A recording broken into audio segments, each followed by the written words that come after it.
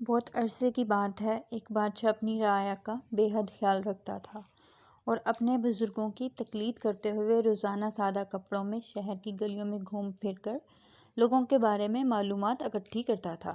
لوگ کس طرح دن گزار رہے ہیں۔ ایک رات بادشاہ حسب معمول شہر کی گلیوں میں گھوم رہا تھا۔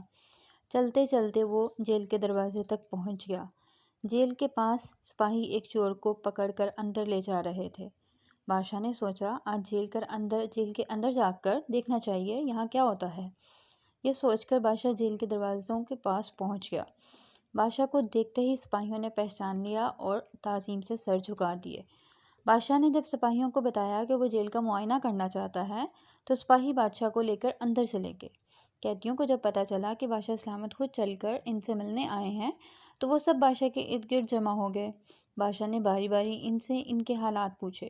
بادشاہ نے ایک قیدی سے پوچھا، تمہیں کس جرم کی سزا ملی ہے؟ وہ آدمی کہنے لگا، بادشاہ سلامت، میں نے کوئی جرم نہیں کیا، میں بے گناہ ہوں۔ مجھے چوری کے الزام میں پکڑا گیا ہے، حالانکہ میں نے زندگی میں کبھی چوری نہیں کی۔ بادشاہ نے جب دوسرے قیدی سے پوچھا کہ تمہارا قصور کیا ہے تو اس نے بھی روتے ہوئے بادشاہ سے کہا کہ میں بے قصور ہوں، میں نے بھی کوئی جرم نہیں کیا، لیکن یہ سپاہی پھر بھی مجھے پکڑ کر لے آئے ہیں۔ غرض جتنے بھی قیدی تھے سب نے ہی بادشاہ کو یہ یقین دلانے کی کوشش کی کہ وہ بے گناہ ہیں۔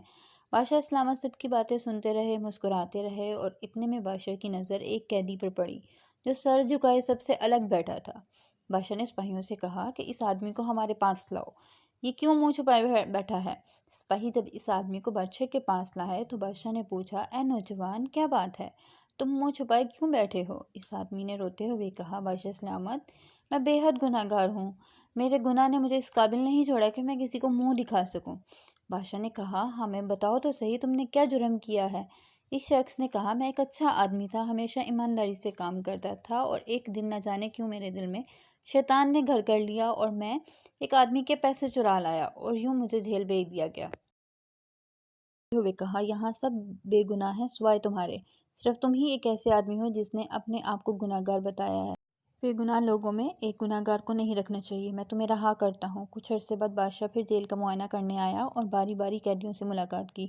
اس دفعہ ہر قیدی نے بادشاہ کو اپنے جرم کی تفصیل سنائی۔ بادشاہ نے یہ سننے کے بعد حکم جاری کیا کہ یہ لوگ واقعی گناہ گار ہیں، انہیں ابھی تک اپنی شرمندگی کا احساس نہیں، اور یہ بڑے فخر سے اپنے جرموں کی کہانی سنا رہے ہیں، لہٰذا ان کی سزا کو اور بڑھا دیا جائے۔ یہ سن کر لوگ بے حد حیران ہوئے اور بادشاہ کے جانے کے بعد اس کے وزیر سے پوچھنے لگے کہ جب اس شخص نے اپنے گناہ کا اعتراف کیا تھا تو بادشاہ نے اسے چھوڑ دیا، لیکن جب ہم نے گناہ کا اعتراف کیا ہے تو بادشاہ نے ہماری سزا اور بڑھا دی۔